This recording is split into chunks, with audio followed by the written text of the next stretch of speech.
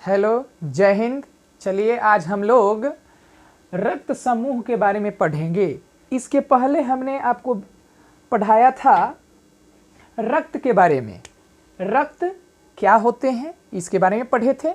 रक्त एक तरल संयोजी ऊतक है, इसके बारे में हम लोग जान चुके हैं। और जब मैं वीडियो बनाता हूँ ना तब कुछ ना कुछ अवश्य कहता हूँ। विद्या देती नई कल्पना, कल्पना लाती नई विचार। विद्या देती नई कल्पना, कल्पना लाती नई विचार। नई विचार से मिले ज्ञान, ज्ञान हमें बनाए महान। ज्ञान हमें बनाए महान।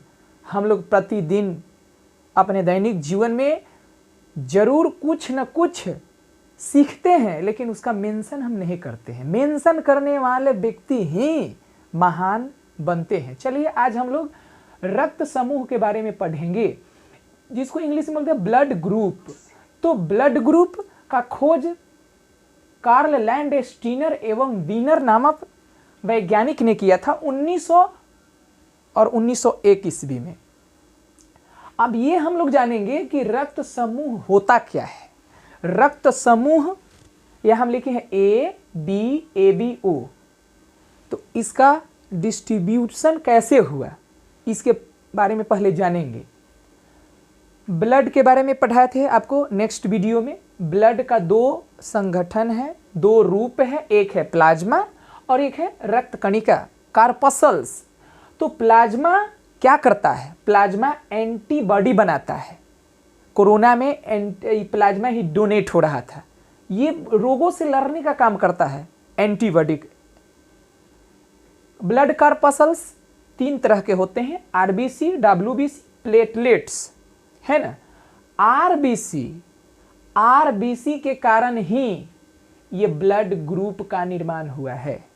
RBC के कारण, क्योंकि RBC में एंटीजन पाया जाता है और यही एंटीजन ये ब्लड ग्रुप का निर्धारण किया है, इसी के कारण है।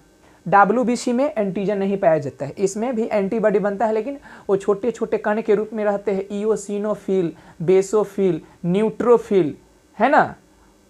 ये सब छोटे छोटे कण होते हैं और ये भी मतलब एंटीबॉडी जैसा ही काम करते हैं, लेकिन इस तरह से काम नहीं करते हैं, है ना।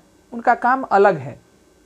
प्लेटलेट्स के बारे में हम लोग पढ़े थे, ब्लड क्लॉटिंग के लिए ये जिम्मेवार है। चलिए अब हम इसके बारे में देखेंगे कि लाल रक्त RBC ही 4 ग्रुप में पाया जाता है। एंटीजन 2 होते हैं, एंटीजन A, एंटीजन B। देखिए एंटीजन का जो स्ट्रक्चर होता है ना, एंटीजन का स्ट्रक्चर देखिए A जैसा होता है। जब कार्ल लैंडस्टीनर एवं वीनर ने जब इंसान के ब्लड को जब सबसे पहली बार देखा तो उन्होंने ब्लड में देखा ये रेड सेल में, किसमें? रेड सेल में, कि ये A जैसा आकृति था, ये कोन जैसा है ना, तो इसको A बोला गया। तब जिस लाल रक्त कोशिका में मतलब RBC में उसके सेल के ऊपर A जैसा मतलब इसके जैसा आकृति होगा ना, ये वाला एंटीजन, उसको A बोला गया। ये A एंटीजन है। इसमें क्या था? Antigen B। तब B एंटीजन का रूप कैसा था? B जैसा। अगर इसको आप 2 बार घुमा दीजिएगा तब B लगेगा, लेकिन हम ऐसे कर्व करके बनाए हैं तो इसको B बोला गया। एंटीजन B मतलब ब्लड ग्रुप B का निर्माण हुआ। और दूसरा देखें तो उनको तीसरा परिणाम क्या मिला कि कुछ रेड सेल वैसे थे जिसके ऊपर एंटीजन A भी था, एंटीजन B भी था, इसलिए इसका नाम पड़ा AB। फिर आगे इन्होंने एक और परिणाम देखा। क्या देखा? कि एक ऐसा रेड सेल जिसके ऊपर कुछ नहीं था, जीरो था, जीरो, उसको O कहा गया। तो हम कह सकते हैं कि एंटीजन 2 ही होते हैं, और एंटीजन 2 और ब्लड ग्रुप का निर्माण कितना किए? 4। एंटीजन A जिसमें था उसको A बोला गया, एंटीजन B जिसमें था उसको एंटीजन B बोला गया, B बोला गया। एंटीजन AB जिस ग्रुप रक्त में था ना उसको AB बोला गया, और जिसमें कुछ नहीं था, शून्य था ना, उसको O बोला गया। ये बात आपको समझ में है कि रक्त ग्रुप का निर्धारण किससे हुआ? तो आरबीसी में पाए जाने वाले एंटीजन के कारण हुआ। किसके कारण हुआ? एंटीजन के कारण हुआ। चलिए अब आगे बढ़ते हैं, प्लाज्मा के बारे में जानते हैं। प्लाज्मा में क्या बनता है? एंटीबॉडी, जो रोगों से लड़ने का काम करता है। एंटीबॉडी तैरता है ना। ये एंटीबॉडी प्लाज्मा में क्या करता है? तैरता है, और प्लाज्मा में ही आरबीसी भी तैरता है। तो ये एंटीबॉडी क्या करता है? हमारे शरीर में बीमारियों से लड़ने का क्षमता पैदा करता है ना। आप को पहले ही हम बता चुके हैं कि कोरोना में ये प्लाज्मा डोनेट हो रहा था। तो इसमें दो तरह के एंटीबॉडी पाए जाते हैं, एक है अल्फा और एक है बीटा। तो अल्फा का जो स्ट्रक्चर हमने बनाया है ये ए जैसा, और बीटा का ये बी जैसा। ये हुआ उसका एंटीबॉडी अल्फा का स्ट्रक्चर और एंटीबॉडी बीटा का स्ट्रक्चर।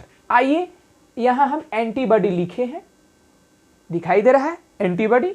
यहां एंटीजन लिखे हैं, ए में ए एंटीजन है तो ए, बी में बी एंटीजन है तो बी, और इसमें दोनों है तो ए भी, इसमें नहीं है तो नहीं है। एंटीबॉडी, इसमें एंटीबॉडी, ए में एंटीबॉडी अल्फा पाया जाता है, याद रखना है।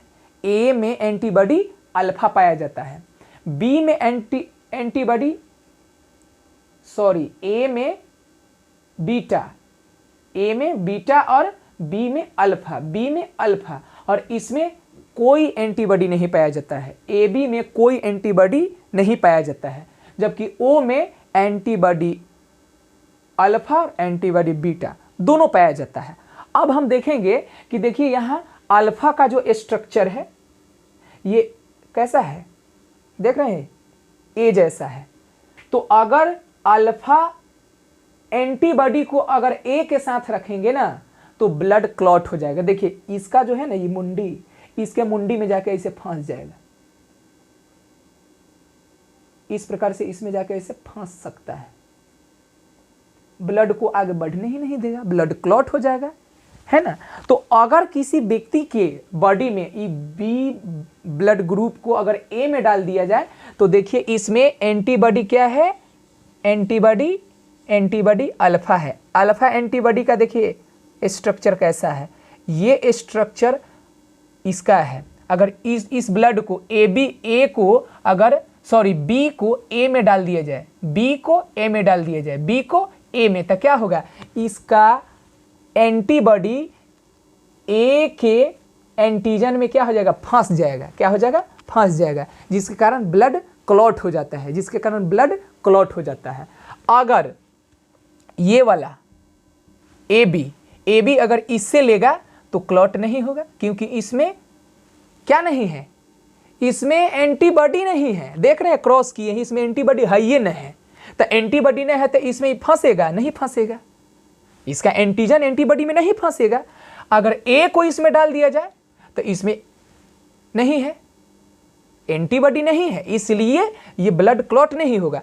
तो ये जो है ना ए बी ए से भी लेगा, और ए से लेगा, बी से लेगा, ओ से भी लेगा, सब से लेगा। क्यों लेगा? क्योंकि इसमें एंटीबॉडी नहीं है। ओ में देखिए एंटीजन नहीं है, ओ में एंटीजन नहीं है।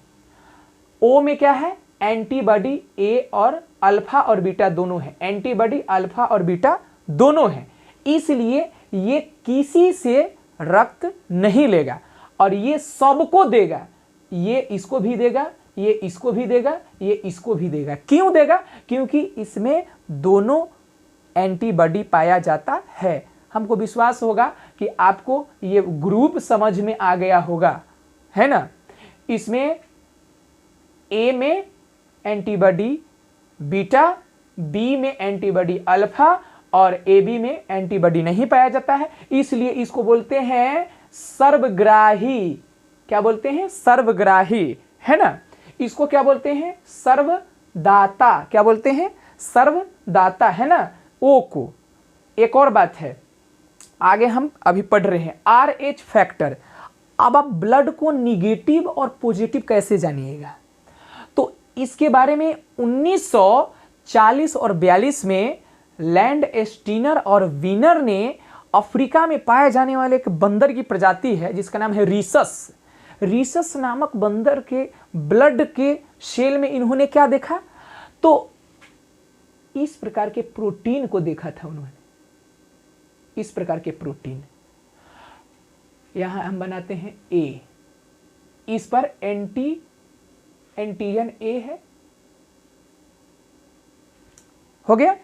देखिए तो इस पर अगर आप गौर से देखिएगा तो इस पर कहीं ऐसा स्ट्रक्चर नहीं दिखाई दे रहा है, ये भी एक प्रकार का प्रोटीन ही है, ऐसा नहीं दिखाई दे रहा है। इसका मतलब कि ये निगेटिव हुआ और इसके ऊपर ऐसा स्ट्रक्चर है, रीसस नामक बंदर के खून में देखा गया था, इसको बोला गया RH factor positive, RH factor positive. तो जिस लाल रक्त के झिल्ली के बाहर अगर ऐसा प्रोटीन मिलेगा तो समझिए कि वो है पॉजिटिव और नहीं मिलेगा तो निगेटिव। तो दोनों वैज्ञानिक लैंड स्टीनर और वीनर ने मिलकर और RH फैक्टर का खोज किया था। जिस खून में RH फैक्टर पाया जाता है ना, देखिए हम लिखे हुए RH फैक्टर पाया जाता है उसको हम पॉजिटिव बोलते हैं, जिसमें नहीं पाया जाता है उसको हम निगेटिव बोलते हैं।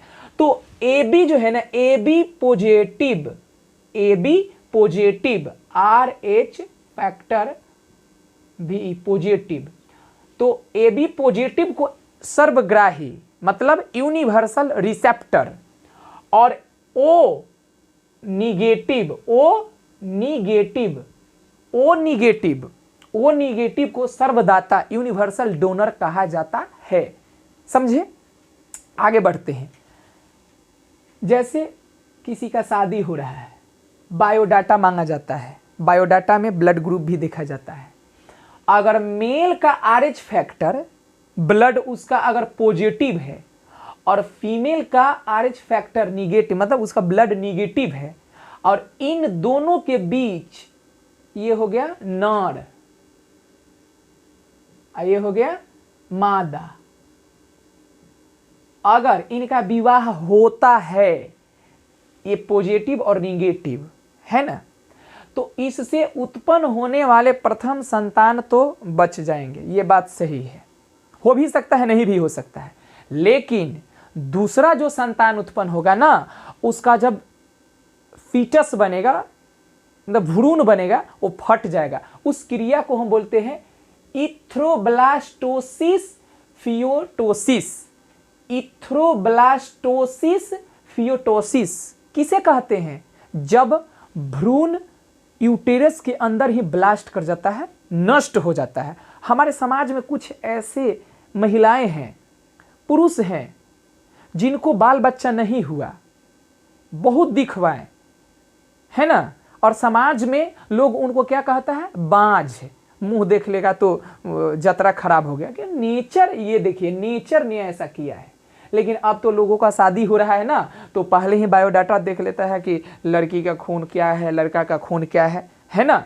तो अगर नर का RH मतलब नर का खून अगर पॉजिटिव रहा और मादा का निगेटिव रहा, अगर उन दोनों के बीच अगर शादी हो गया ना, तो संतान होने की संभावना नहीं होती है। समझे? हमें विश्वास है कि आज आप ब्लड समूह को सही से स्टडी कर लिए और आप ज़्यादा से ज़्यादा वीडियो को शेयर कीजिए, है ना। रोज दिन हम कुछ ना कुछ बताएंगे आपको। और एक और आवश्यक सूचना है, रामायण PCC ये हमारा YouTube चैनल है, इस पर जाकर और इसको सब्सक्राइब कर लीजिए और वीडियो को ज़्यादा से ज़्यादा शेयर कीजिए। जय हिंद।